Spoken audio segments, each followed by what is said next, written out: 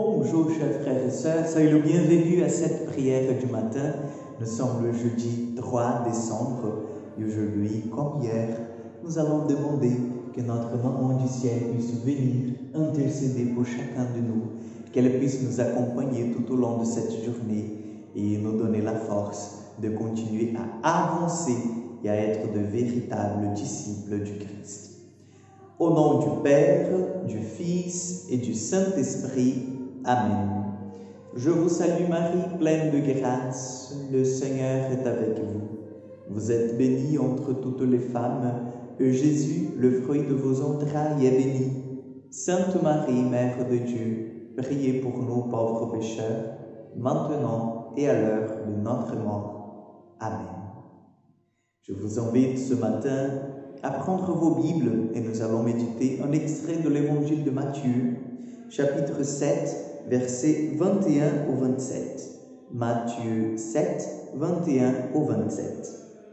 En ce temps-là, Jésus disait à ses disciples, « Ce n'est pas en me disant « Seigneur, Seigneur » qu'on entrera dans le royaume des cieux, mais c'est en faisant la volonté de mon Père qui est aux cieux.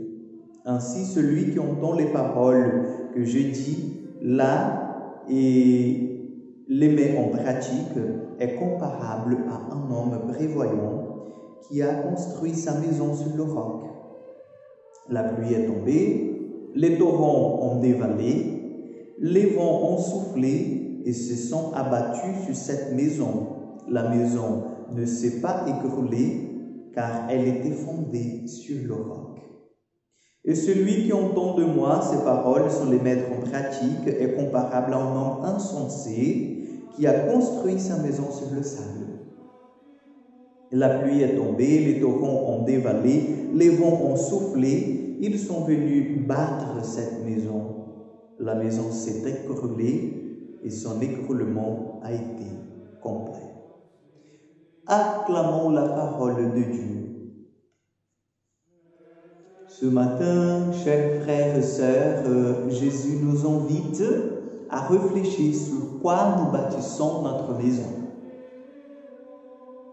Est-ce que nous sommes comme des insensés qui bâtissent la maison sur du sable et nous laissons en fait que cette maison bâtie sur le sable n'ait pas un fondement solide et en n'ayant pas un fondement solide, c'est sûr que sur le coup de vent, sur le coup de toutes les choses qui sont extérieures, elle va tomber. Son destin est certain. Où sommes-nous en fait déjà prudents et choisissons bien un fondement pour bâtir notre maison, c'est-à-dire un roc, un rocher, quelque chose de solide, durable, stable. En quoi en fait, quel de deux chemins nous prenons pour bâtir notre maison? Quel de deux chemins nous sommes invités ce matin à apprendre? Le Seigneur nous dit déjà, la réponse est dans l'Évangile. Nous voyons les effets des deux chemins.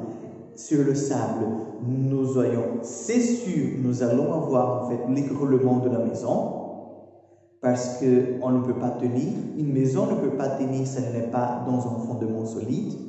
Et la maison construite sur le roc, elle tient debout malgré l'action violente de la pluie, malgré l'action violente des vents, malgré l'action violente de tout ce qui vient de l'extérieur. Elle se tient debout. Elle se tient debout parce qu'elle est fondée sur le roc.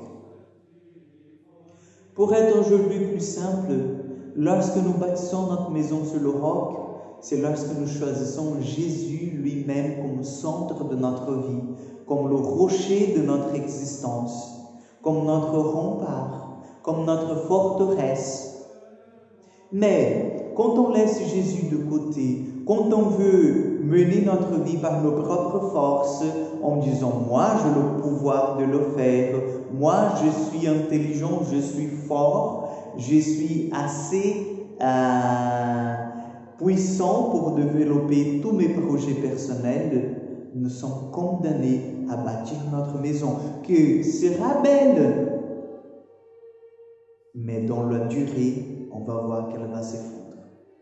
C'est triste de voir que quelque chose qu'on a mis du temps à réaliser, à bâtir, s'effondre comme ça sur un coup de vent ou de pluie.